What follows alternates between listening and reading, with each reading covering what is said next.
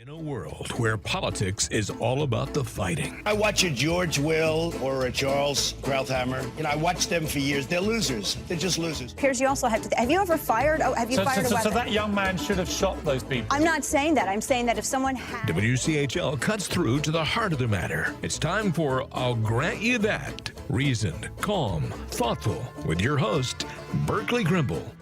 Welcome to I'll Grant You That. This is your host, Berkeley Grimble. This is a show about politics, which is uniquely interesting in this uniquely interesting political year.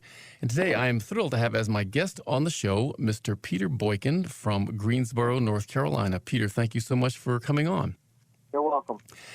I met Peter last weekend at the Gay Pride Festival in Durham, and I had to say that, Peter, you are the most you were the bravest person there, because Peter had a booth with the Gays for Trump booth. And briefly, how was your experience there? Because I noticed many people walking by asking the question, are you for real? Did you get that response a lot? Yeah, I get that response a lot, but it's understandable. I would imagine that many people, particularly in the gay community, would look at your booth and think that it was perhaps performance art, since the gay community does a lot of performing. That it would be not unlikely that could happen. But so, how did you? Well, I guess sort of where do we start here? My mind sort of has lots of questions. I could sort of understand people being Republicans, and I understand voting for Trump, but to some degree I can.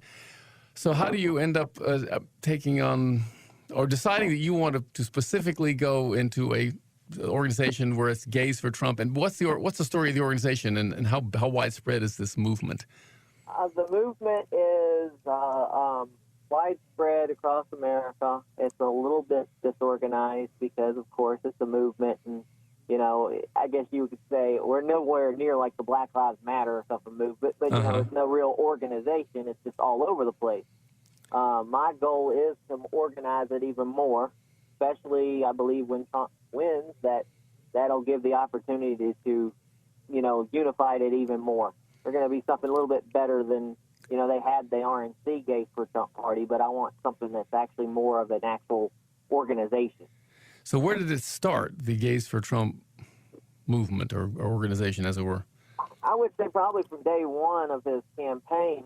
I heard about it a little bit before the RNC, because even myself was like, I happen to be gay, my partner is gay, and my husband, and we're like, well, I don't know too many people that are probably going to be, Republican, or at that point I was semi-independent. Or in North Carolina, they call it unaffiliated. But I've always been moving more toward Republican anyway. I've sort of raised Republican, didn't like W, like second-term Bill Clinton a little bit, not really caring for Obama. I even did Clinton for McCain campaign 8 years ago after we voted for Hillary in the primaries. We didn't like Obama. And we got so mistreated that we felt like, look, we're tired of having to deal with ultra-liberal people in the Democratic Party. They're not listening to us. They have no reason. And we moved towards Clinton for McCain. We actually liked Palin for, woman president. Now let me figure out, first of all, decide who us is. Is us the gay community, or is it Republican or conservative? It's during the original campaign, there was a lot of Clinton supporters that were independent, sort of like me. We were kind of Democrats, but we kind of liked Hillary at the point because we liked Bill Clinton's second term. We thought that he worked well long as Newt Gingrich is basically on him, and he did well in those second terms. So we were, incensed that maybe Hillary will do well because she'll have Bill Clinton, behind her. It's a plus that she's a woman, But what happened is, and this wasn't just the gay community, it was, a good group of us. But once we started hearing the things about Obama and how they mistreated the Hillary supporters, and they took and invaded our group, we started seeing the true ultra-liberals that didn't even care about their own people in their own party and how they mistreated us and how they started calling us racist. So they kind of disfranchised us way out of the Democratic Party. Okay, so us being gays? No, just anybody that was for Hillary at the time. Okay. But wasn't really in Obama. We were told that since he's the Democratic nominee now, you have to vote for him, and if you don't, you're racist, which was far worse than the fact, because we were the exact opposite. Because he was black, that was one of the good things that I liked. But at the same time, I couldn't really understood the shady past, And then you did have Hillary supporters who first did bring up the birther issue. After kind of Hillary bounced away, then of course you had the more Tea Party people, and then Donald Trump brought it up, and Hannity brought it up, and there was a lot of this past history, and unfortunately, Obama got in. I just don't feel like that presidency has been a very good one. So, I mean, do you object to him and also, I guess, Hillary because of their basic political stance or how they are towards the gay community? I'm just trying to understand here how much of this is that you are, exclusive of your sexuality. Yeah. I mean, I assume, so suppose you're suppose you're heterosexual, neutered, whatever, who you would be voting for, you would be for Trump. I'm just trying to understand where does the gay intersect? That's where it's hard to put your hands on, because historically, if you had to make a blanket statement, generally the Democratic Party has had more progressive views towards,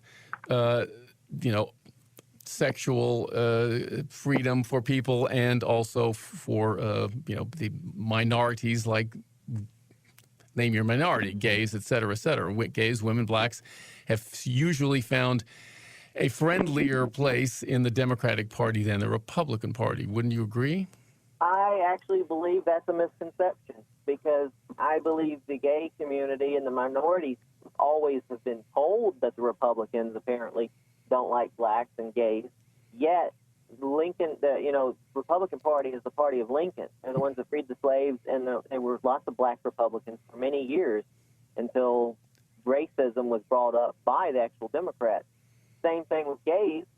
You might have your Bible-thumping Christian Republicans, but you also have your Southern Democratic, anti-homosexual Democrats just as easily don't care for the gay party. So for me, you've got both sides on both fences. Well, I can see that. We unfortunately than the gay issue. Peter, we have to take a short break here. This is Berkeley Grimble. I'll grant you that, and we shall return. Welcome back to I'll Grant You That. This is your host, Berkeley Grimble, here. And talking with us from Greensboro, North Carolina, is a member of the Gays for Trump organization, Mr. Peter Boykin. And we are talking about why, or you before the break, you were explaining why you thought it made as much sense to vote for a Republican as for a Democrat, as for a gay person, which is contrary to, I guess, what a popular conception would be. Correct. I do believe that younger people like myself, when I was younger, you do have more liberal views. So the Democratic Party seems a little bit more open. They pull in the vote. The problem is, after being disfranchised the last time around, I've recognized the Democratic Party really just kind of tries to get your vote. They really are there. Like even Donald Trump said, they're here during election time. They get elected. Bye-bye. See you next 4 years. Well, what about the fact that gay marriage was legalized nationally under the Obama administration? Doesn't that count for something? He happened to fall under a good time, but Republican groups like the Log Cabin Republicans have actually been fighting this in court for the very longest time. I mean, they've also had liberal groups as well, but you can't tell me we got it because people had pride parades, and things. People did it through the legal system. You have to, like with gay marriage, the biggest problem I've had is we would have had gay marriage a long time ago if they could have stepped the religion out of it. Because what happens is Republicans, they always say they think it's religion, because if they say gay marriage, they think the religious institution. Right. When gay people really wanted to get married, all we really wanted was the legal marriage form. You know, you can get married religiously, you can get married by the court system, or vice versa. But when we try to tell people you're not qualifying it properly, you keep saying marriage, the Republicans or the Bible people or whatever, both sides see man between man and a woman, but they see it religiously. But I could have got religious marriage a long time ago. You know? Yes, exactly. So if they would have qualified it as actual marriage, you know, court marriage, we would have got that a long time ago. In other words, this speaks to what how important language is and how important naming things is. I mean, if what we had was civil union, which is what your the legal aspect of joining two people together legally under the law, as opposed to marriage, which is, of course, in the Bible and in all religions as a religious institution. And it just so happens that they are totally, utterly commingled. Well, basically, I guess probably the world over for the most part. Maybe they aren't in Scandinavia, but certainly in the United States. I mean, if you say marriage, to most people, probably the first image that comes to your mind is a church, if just in general. And so, yeah, I mean, I think you're right. I mean, I think it was a problem of the religious people felt threatened because, for which reasons I thought were utterly ridiculous. I mean, the whole idea of, let's let gay people get married so they can, have all the fun that all the rest of us have, all the straight people who are married. I mean, so you say you are married yourself? Husband and wife. We're not officially married, but we have all the legal papers that we need in order to basically be a marriage. Right. Domestic partnership benefits. I mean, we've got a lot of the different things. The live-in will, and just haven't done the marriage part. I mean, it's something that people can do. I mean, it gives you some extra rights, but there's ways that you can get just the same marriage. I mean, you got to think in the straight world, people are technically married, not married all the time. It's just another process. I mean, it was happy the day that they allowed, so-called gay marriage, but it was coming. We started actually as a nation looking kind of silly when other nations were adopting the practice. I mean, we can throw equality out to other nations, but we're not doing it to ourselves. And that's why he took it to the Supreme Court. The Supreme Court didn't do it on a religious benefit. Everybody worries about the conservatives would have said no, but when they came down to it, they decide on the Constitution. And the Constitution is loosely based on some religious benefits, but if you can't solely say that all our laws are based on all religions. So the people that try to tell me that Trump's going to put in somebody who's going to overturn it, and I'm like, it's not going to happen. They've been trying to use the religious phrase on abortion all this time, and it hasn't worked. So your only defense would be to go to a religious defense to try to get our gay marriage took away, and it's not going to happen because they've already declared it. Even Trump has said it, that there's too many more important things out there. They're not going to overturn it. It's been done. The court systems have decided, and there's no overturning it. So I'm not worried about it anymore. But the biggest things that people tell me is, well, you're voting to get your rights taken away. And I'm like, well, the problem with that is the people who are coming in, who Hillary Clinton, Obama, we're not even talking about the Mexican people. We're talking about like Syrians and stuff. They have cultures that are like basically are Sharia law and things where they don't like women in certain ways. They definitely don't like homosexuals. They throw us off buildings, and that's their way. They come over here. They're going to come over here all humble. They're going to get better on their feet. The next thing they'll do is they'll be pushing for their religious law. They're going to be no different than, they're just going to be even super radicalized people that are going to take all our rights away. So like I tell people, I was like, okay, you're selfish for your own rights when we're going to lose all our rights and probably our lives. So you're worried that you're worried that the 30,000.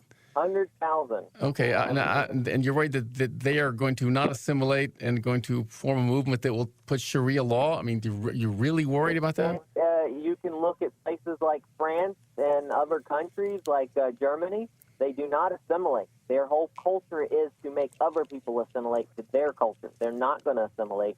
They're not going to go home. they're only going to keep pressing their issues. You've got places in France that police can't even go to because they're under Sharia law. You know, they just do not have a good sense of law when it comes to basic human rights, a lot of them. Now, you have a lot of Muslim people who believe differently. They're not that radicalized religion, but if just a fraction of that, I mean, just look at how many people, say the Black Lives Movement, have caused stirs in this country. So you can imagine, just a small group of radicalized people coming over here, what they can do. It only takes one to destroy. It only takes to kill 60 people in the gay club in Orlando. It only takes one, as we know. Yeah, it only takes one. Yeah, but I think again, you can't stop the one. I mean, electing whoever you elect as president isn't going to make an iota of difference on stopping that one person. I think that's what we're up against. I think the vetting process is the biggest. When you're as president, you can stop. You can put a stop. You can guide people. You technically are the CEO of America. Okay, well, unfortunately, we have to take another break here, Peter. This is Berkeley Grimble with I'll Grant You That, and we'll be right back. Welcome back to I'll Grant You That. This is your host, Berkeley Grimble, here in the studio with Peter Boykin. Peter actually is in Greensboro. But so, Peter, in the last 4 minutes here, I just have to ask the one question I do ask of everyone who is voting for Trump.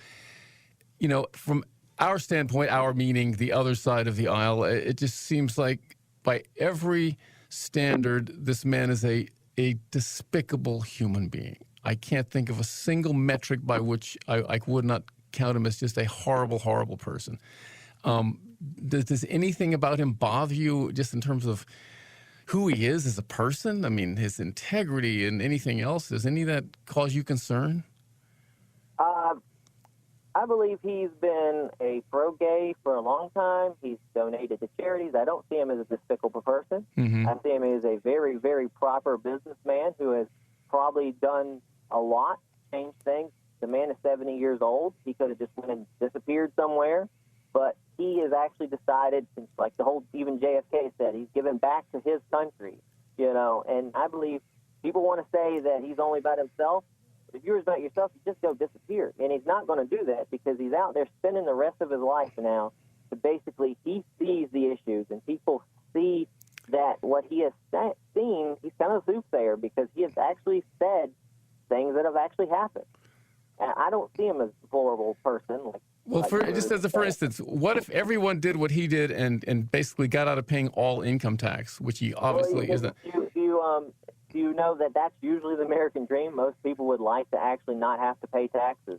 So I disagree with you. Legally, like he has gotten out of paying any taxes, that's more power to him. He's a great businessman being able to do that. Most businesses do that. But you also got to understand that they do take your taxes out for the year. So basically the government keeps your taxes, it keeps your money for a while. They make money off your money for a year.